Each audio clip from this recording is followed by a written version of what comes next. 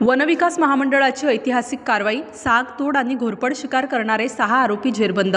पेठ unit Maharashtra Gujarat सीमा या ठिकाणी one आणि वन्यजीव संरक्षणाच्या दृष्टीने आज पहाटे वनविकास महामंडळाच्या पेठ युनिटने अत्यंत धाडसी आणि प्रभावी कारवाई केली आहे। झरी बेजावड रस्त्यावर वनपरिक्षेत्र अधिकारी रमेश बलैया यांच्या नेतृत्वाखालील पथकाने सिनेस्टाईल पाठलाग करून गुजरात राज्यातील 6 आरोपींना रंगेहात अटक केली।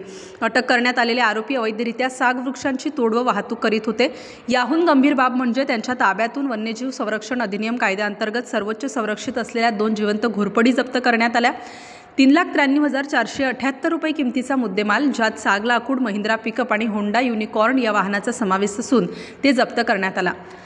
घोरपड हा संरक्षित वन्यजीव असल्याने या अवैध कृत्याबाबतचा गुन्हा अजामीनपात्र असून दोषींना 3 ते 7 वर्षाच्या सक्त कारावासाची तरतूद आहे। विभागीय व्यवस्थापक डॉक्टर सुजित नेवसे यांच्या मार्गदर्शनाखाली ही धाडसी कारवाई करण्यात आली। सर्व आरोपींना नाशिक येथील जिल्हा व सत्र न्यायालयात हजर केले असता न्यायालयाने त्यांना 21 नोव्हेंबर 2025 पर्यंत वनकोठडी सुनावली आहे।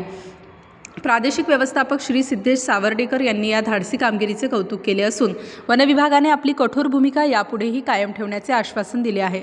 या प्रकरणातील पुढील तपास सुरू असून इतर संशयित आरोपींचा शोध घेण्यात येत आहे। स्टार न्यूजसाठी मोहसिन पठाण, नाशिक।